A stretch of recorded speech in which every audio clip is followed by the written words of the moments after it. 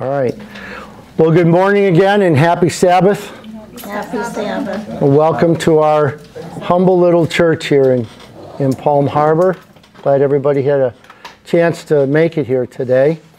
I'm going to talk today about trusting the process. How many have heard that expression? Trust the process. What does it mean to you when you hear it? What do you think? Anybody? Somebody says trust the process. The Lord has His plan, and we have to trust it. The Lord has a plan, and we have to trust it, right? Even in the secular world, trust the process means that there's a way that things are to happen or proceed, and that we are supposed to follow that. The process works. In my work, what I do, I have a process. When I'm doing analysis on a database or databases, I have a process that I follow. And sometimes it doesn't feel right. It's like, I don't know, this isn't like look the way I think it should look, but I have to trust the process because it's worked for me in the past. And I have to take a look at it working for me in the future as well. Proverbs 3, 5, and 6 says, trust in the Lord with all your heart and lean not on your own understanding. Trusting God's process is what this is saying.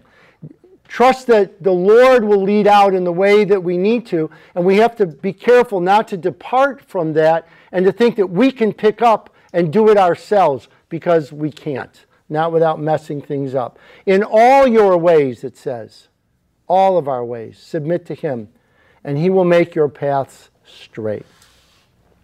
So let's start with the basis of what is the process and what does it mean. Trust the process is a slogan that means having faith in life's journey even when the destination is unclear or the path seems challenging. Does that make sense? That's a pretty good definition. It encourages us to believe that things will work out in the end. Here's what I've always heard. If you do the right thing will happen. It may not be what we want.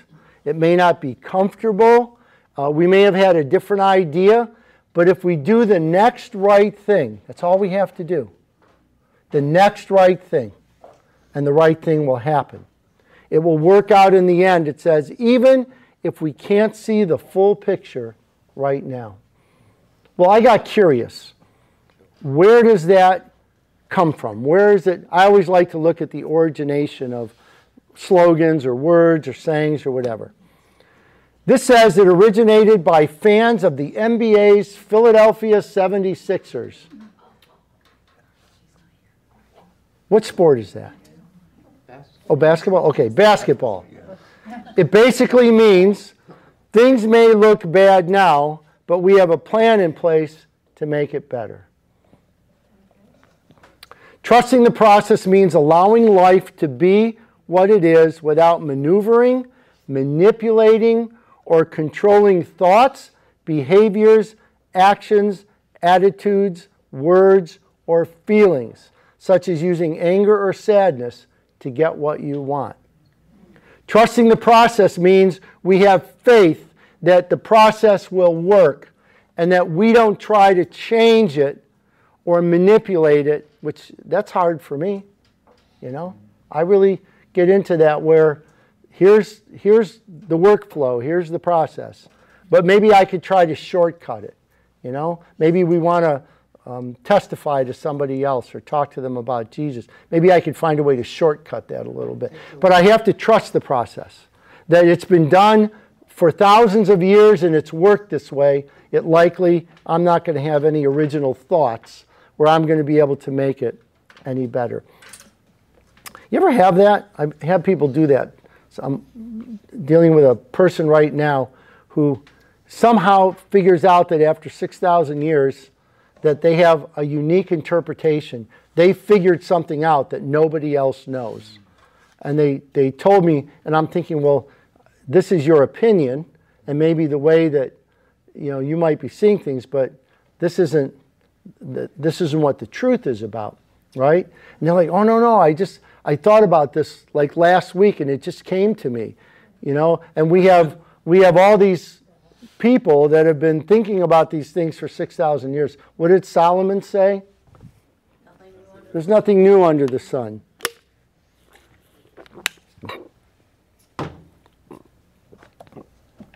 So how do we trust the process, right? What do we have to do in order to be comfortable with not trying to recreate the wheel, not trying to go outside of the bounds of things that we know that work? One is we have to focus on the process. We have to remember that that's what our life is about. It's not necessarily a destination, right? We're going to talk about how God's process fits in with this and how faith is such an important player in what we do here. We have to not panic. That's a big one, right? When a crisis happens, we have to be able to not just start freaking out, because we freak ourselves out, right? And we have to be able to trust that the Lord is in control. This is one of the hardest parts, I think, about it, is no matter how bad things have looked, it says, in the past, we're still here today, aren't we? I think my grandfather always used to say, when they'd say, "How you doing, Max?" He'd say, "Well, I haven't missed a day above ground." You have to let go of control. Let go and let God is one of the expressions that I have heard so many times, and I know that it works because I've had to do that. A lot of times when we're going to be in the middle of what would be chaos, we have a hard time seeing the end from the beginning. Have you ever had that problem? How about this? How many of you have been sick with the flu or you had COVID or something like that? It's hard for me when I'm in the middle of being sick. It's hard to remember what it feels like to be well. Have you ever had that? You're just sitting there wishing you were going to die because you feel so sick. And I can't I can't imagine anymore or experience what it's like to be well. And I just have to trust the fact that I have to do the right things step by step by step until I get to the end of it. Have you ever experienced this when you get to the end? How many of you people feel pretty well today? You feel pretty good? It's hard to imagine, to feel what it was like to be that sick right now, doesn't it? So when we get in these different places, it's hard for us to be able to get our minds to the end point on it. So it becomes a step-by-step process. Even in the process of salvation, I know when I first came around and got into the church, I had no concept of what salvation was about or what being a Christian was about. And if I had had people come and just sort of dump all of it on me at once, I think my head would have exploded. I wouldn't have stayed because it would have been too overwhelming. Life can be very overwhelming. I'm very grateful that God invented time, because time allows us to spread things out over some period. Otherwise, if it all happened to us at once, we wouldn't be able to handle it. So we have to let go of control. And no matter what happens, we have to believe that God is in control. We have to build gratitude lists. We should be doing this every single day. I think it's Thessalonians 5:18, I believe, because people will say to me, "Oh, I don't know what God's will is for me." Well, Thessalonians 5:18 says what God's will is for me, right? Susan's going to look it up and make sure I got the right verse. But I believe what it says is that we have to be thankful for everything, that's God's will for us. So when people say to me, I have such a hard time figuring out God's will, and I say, well, just be thankful for everything that happens in your life. That is God's will for you. And everything gives thanks. Whew, thank goodness. I'm giving thanks that I remembered that. We also have to believe in the perfect timing for our life, right? There's a structure and an organization.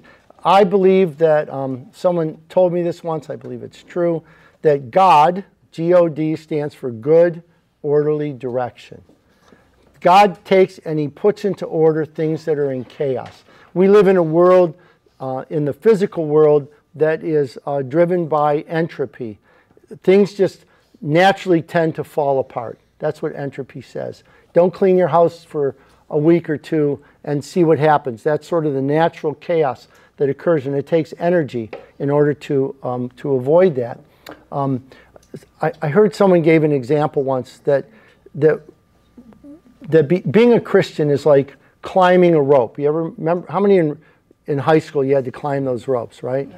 So, and we had to do it in wrestling without our legs. So we climbed that rope up. And what happens is, without getting into all the physiology, as you're sort of climbing, your muscles are producing lactic acid. It's an anaerobic state. And that as you continue to move your muscles, that squeezing action of the contraction and the relaxation of the muscles continues to push the lactic acid out, and then oxygenated blood comes in and produces something called pyruvic acid, and then that turns back into lactic acid. And if you don't continue that process, you'll build up lactic acid in the muscles and they become weak. So when you're climbing on the rope, what they tell you is no matter what happens, don't stop moving.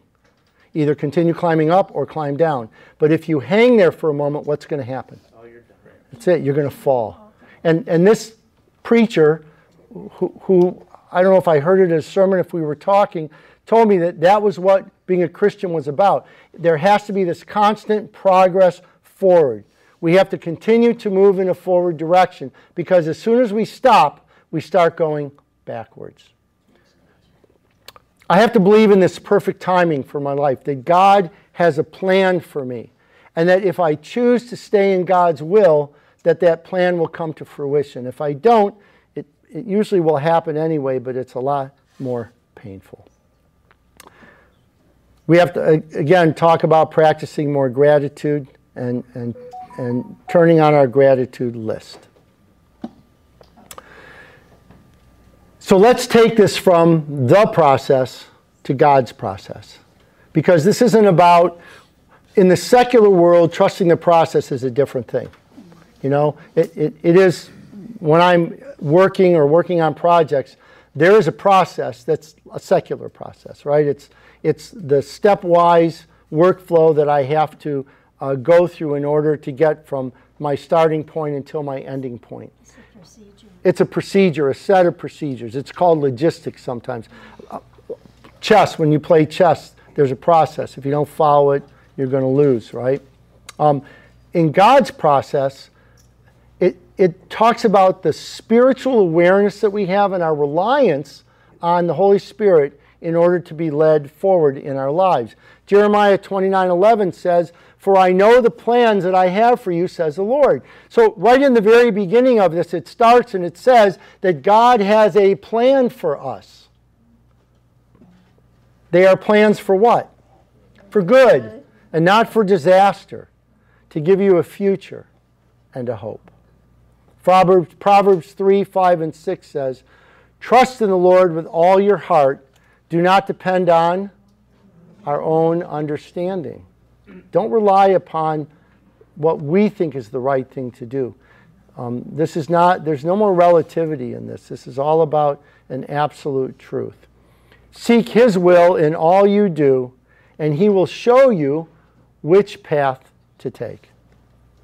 Romans 8:28 says, "And we know that God causes everything to work together for the good of those who love God and are called according to His purpose for them." I've heard people shortcut this, and they say God causes everything to work together for good. So how come that's not happening to me? And you have to read the rest of it. It says, to work for good for those who love the Lord and those who are called according to His purpose for them. So it's all about faith. Our friend Henry used to say, practice, practice, practice. And I would say it's about faith, faith, faith. The concept of trusting in the process is deeply rooted in faith. It requires us to surrender our need for control and believe that there is a divine plan unfolding. Do you believe this? Absolutely. I mean, how many times in your own personal experience have you taken back control of something and it ended up going south? I can't do anything apart from God. At least, well, I can. I can do lots of things apart from God, but they just don't seem to work out very well. Right? What's the verse that says, "I can do all things through Christ who strengthens me"? And I've had people say that means you can't do anything without God. Well, that's not true. There are lots of people walking around who don't believe in God doing lots of things all the time. It's just those things aren't done to the glory of God. And the outcome of those things have no spiritual benefit for those folks.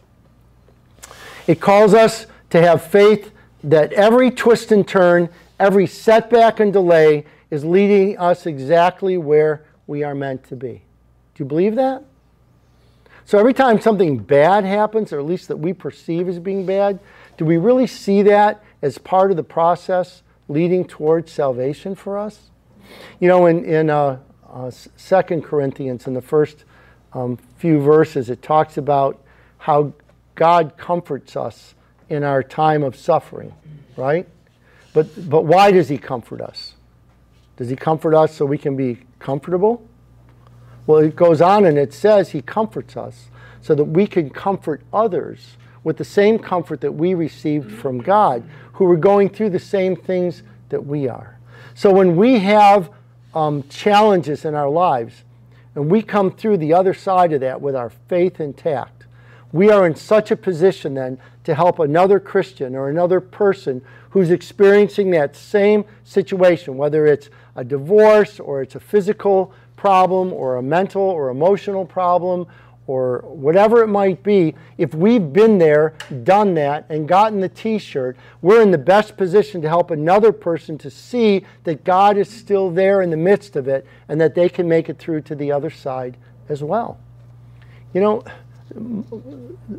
our message is so much more about preaching, so much more than just preaching. It's about helping to bring people to Jesus. And you know, he attended to their needs in order to get people to be comfortable. Joshua 1:9, I guess it's a famous verse. It says, "This is my command, to be strong and courageous. Do not be afraid or discouraged, for the Lord your God is with you wherever you go." We could spend a whole day on this one verse. If I truly believe that God is with me all the time, everywhere that I go, then I'm not going to be afraid to go anywhere or to do anything, because I will believe that God is in control. So often when I'm faced with a dilemma, I tend to try to figure out on my own the best way to solve the problem. And if I would just stop for a minute and realize that I'm not in control of the outcome, that God is, and pray about it and call on the Holy Spirit for guidance, I know that things would work out so much better for me than they do sometimes. And I just have this bad thinker, and I don't always remember that that's the case. Moses trusted the process, didn't he?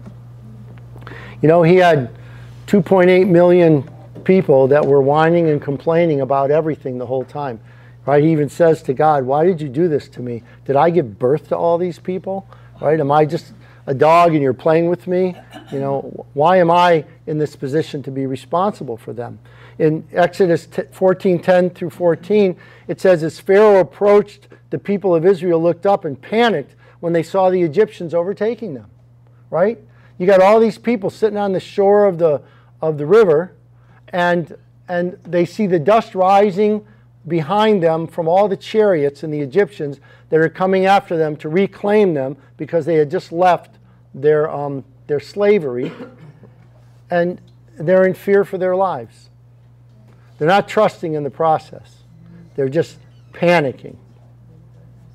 They cry out to the Lord, and they said to Moses, "Why did you bring us out here to die in the wilderness? Weren't there enough graves for us in Egypt? What have you done to us? Why did you make us leave Egypt? Didn't we tell you this would happen while we were still in Egypt?" Wah, wah, wah, wah, wah. Whine, complain. "We said, 'Leave us alone. Let us be slaves to the Egyptians. It's better to be a slave in Egypt than a corpse in the wilderness.'" I don't know. Doesn't sound to me like people who have trust in God. But Moses told the people, "Don't be afraid. Just stand still and watch the Lord rescue you today." Can you imagine that? 2.8 million people.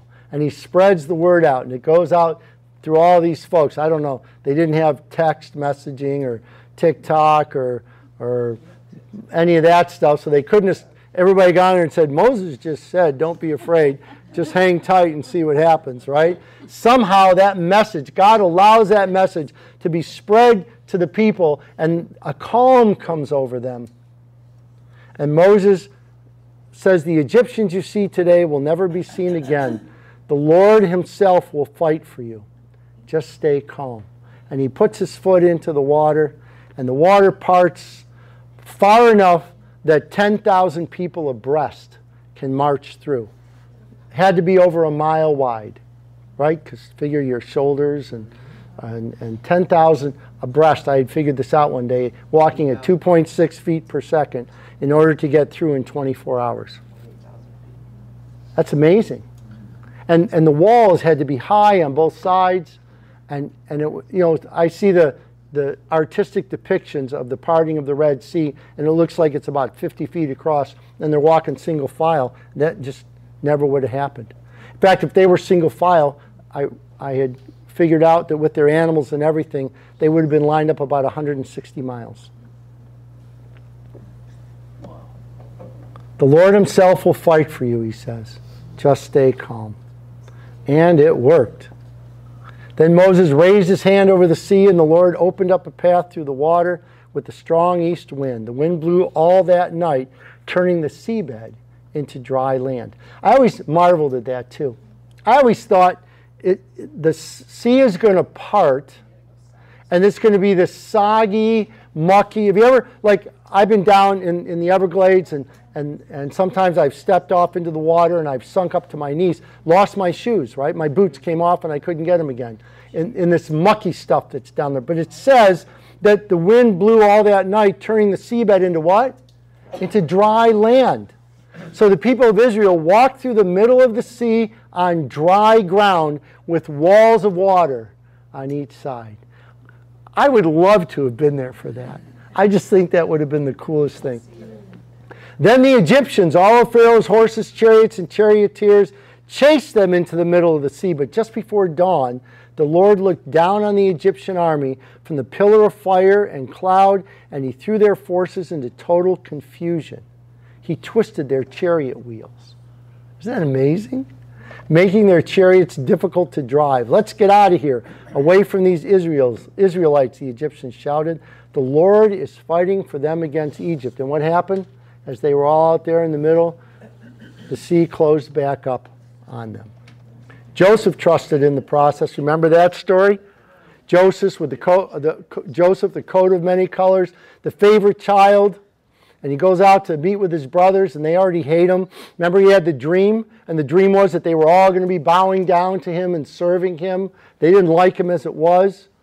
And so they capture him, and they throw him into a hole, and he's sold into slavery, right? Genesis 37, starting verse 23, says, when Joseph arrived, his brothers ripped off the beautiful robe he was wearing. Then they grabbed him and threw him into a cistern, not just a hole, but a cistern. That's like a well, right? And now the cistern was empty, and there was no water in it. So he's in this deep well down there yelling for help.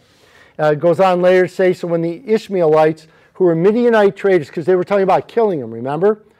Came by, Joseph's brothers pulled him out of the cistern and sold him to them for 20 pieces of silver.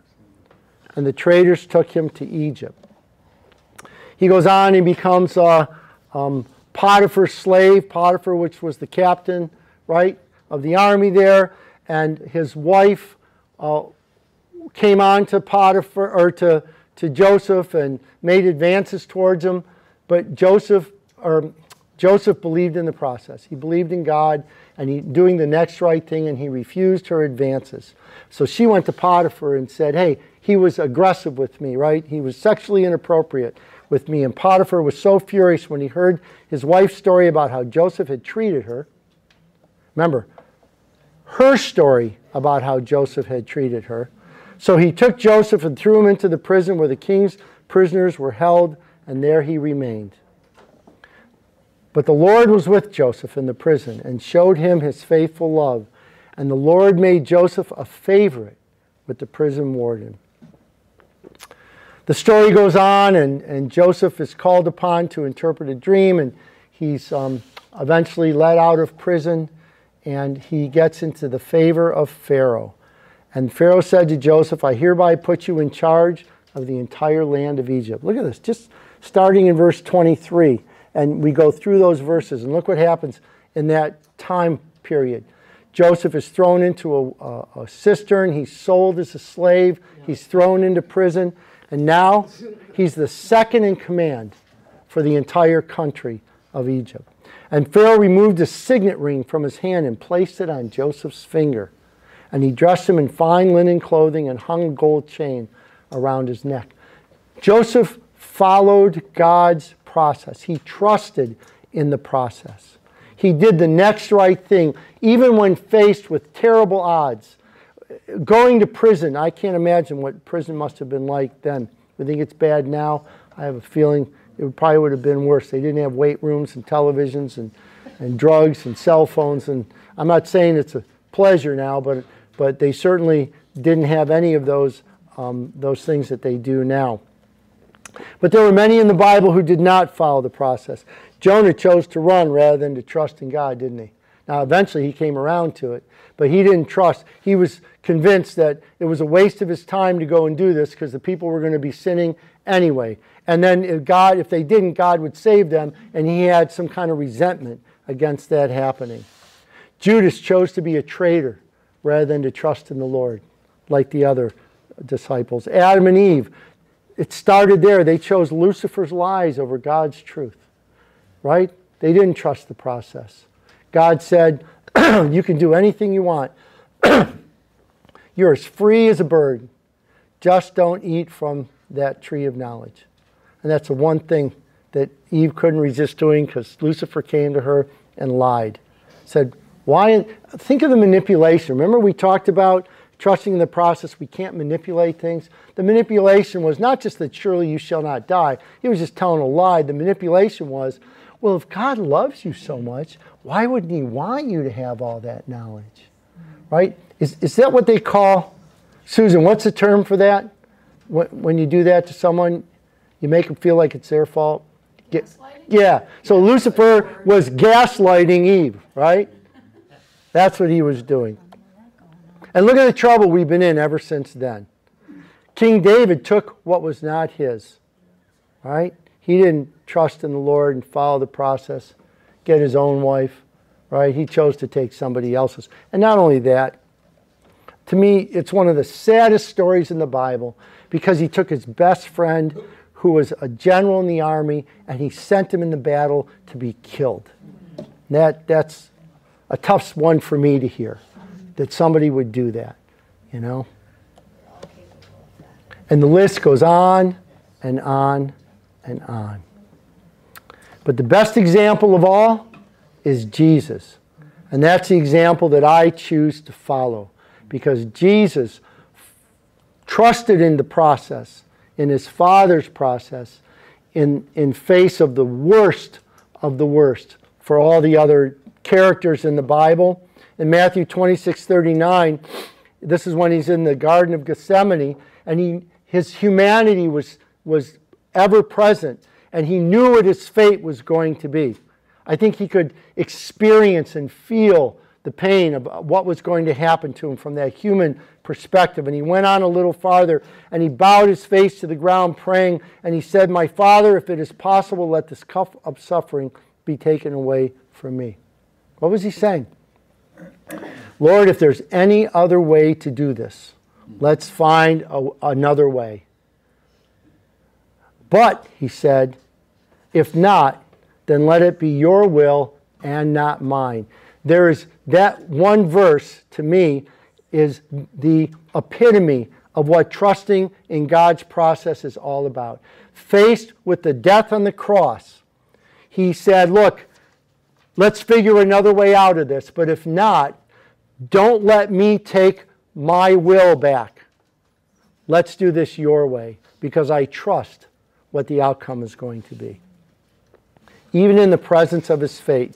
Matthew 26:47-54, it starts here. It says, and even as Jesus said this is when the Roman soldiers came to get him, right? And this was considered a cohort of soldiers. So that was somewhere around 60 or so. And they came with their clubs and and their swords. And even as Jesus said this, right, Judas, because he said, "If you come for me."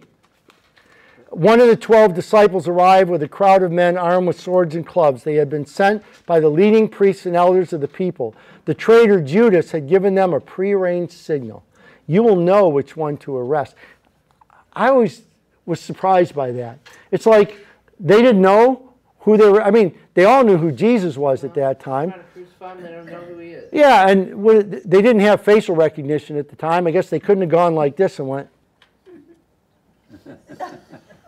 yeah, that's him, right? So Judas says that I'm going to go up and when I greet him with a kiss, right, you'll know it's him. So Judas came straight to Jesus. Greetings, Rabbi. How two-faced could you possibly be? Greetings, Rabbi, he exclaimed, and he gave him the kiss. Jesus said, my friend, go ahead and do what you have come for. We're going to get to a part here that's pretty interesting. Then the others grabbed Jesus and they arrested him. Now, if you read in John, it says they said, are you the one that we're coming for, the Messiah? And he said, I am. And what happened? He knocked them all flat down. And the fact that they all got back up and tried it again was amazing to me, right? If you're that, how's the saying go? You can't fix stupid, right? And if he spoke those words and all 60 of them ended up on their backs on the ground, yet they got up and asked him the same question again. Not a lot of mental health in that group. Then the others grabbed Jesus and arrested him, but one of the men with Jesus, which we know was who? Peter, pulled out his sword and he struck the high priest's slave, slashing off his ear. I always wondered about this too. Those swords weighed like someone said 13 to 15 pounds, and they were razor sharp.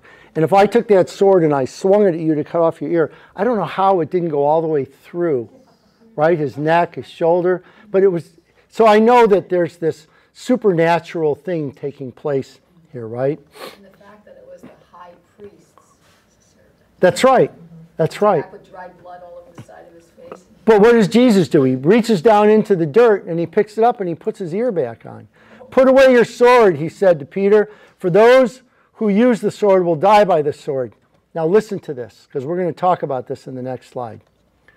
He said, don't you realize that I could ask my Father for thousands of angels? And actually in John and in other translations, it says for 12 legions of angels is what he says. That I could call upon 12 legions of angels to protect us, and he would send them instantly. But if I did, how would the scriptures be fulfilled that describe what must happen now? If there was ever a process, this was it. And we need to take a lesson from this about being messengers of the gospel of Jesus, that there's a process that we need to follow, not to go out there and try to manipulate it to come out the way that we want it to. In John 18:4, I'm just going to throw this in because it said Jesus fully realized what was going to happen to him, so he stepped forward to greet them, and he said, who are you looking for? He asked, and that's when they said, are you the one? And he said, yes. So let me ask you, we gloss over verses in the Bible sometimes. We just read through them and we go on. Do you know how significant this 12 legions of angels is? So first of all, how many is a legion? One legion. Well, in the Roman army, it was a number of soldiers, and it was 6,000 soldiers. So a legion of angels, 6,000 angels. Jesus said, don't you know that I could call on my Father right now, and he would send 12 legions of angels, 72,000 angels to come protect him. What's the power of one angel? Well, let's read in 2 Kings 19:35 where it says, that night the angel of the Lord, one angel, went out to the Assyrian camp and he killed 185,000 soldiers. One legion, 6,000 angels, 185,000 soldiers per angel. That's 1.1 billion people or soldiers that one legion of angels could have destroyed or killed. He could have called 12 legions of angels, 72,000 angels. 12 times 1.1 billion is 13,320,000 people, or soldiers, is how many 12 legions of angels could have destroyed. And the population of the earth right now is 8 billion. So that means that he could have wiped out 166% of the entire population of the earth today. But he followed the process. Think about that. If you got 60 people out there in front of you with clubs and swords coming to arrest you, they don't have a warrant, Officer Kelleher. They don't have a warrant. You could either go with them, knowing what's about to happen to you, or you could call on enough angels to wipe out the population of the earth. What might we do? Right? Trust the process. Trust the process. Because Jesus knew the end from the beginning on this. It's not always easy. In conclusion, this is from the Review and Herald, April 10th, 1894, paragraph 3. It says a refining, purifying process is going on among the people of God, and the Lord of hosts has set his hand to work. The process is most trying to the soul, but it is what? Necessary in order that defilement may be removed. Trials are essential in order that we may be brought close to our Heavenly Father in submission to his will, that we may offer unto the Lord an offering in righteousness.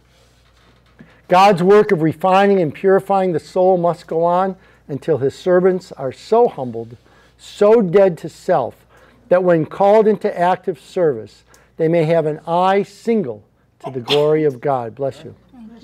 Then they will not move rashly from impulse and imperil the Lord's cause because they are slaves to temptation and passion, because they follow their carnal desires, but they will move from principle and in view of the glory of God.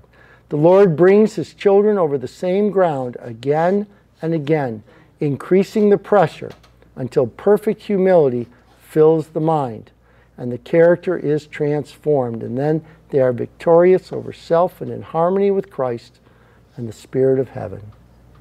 Practice, practice, practice. Thank you. Amen.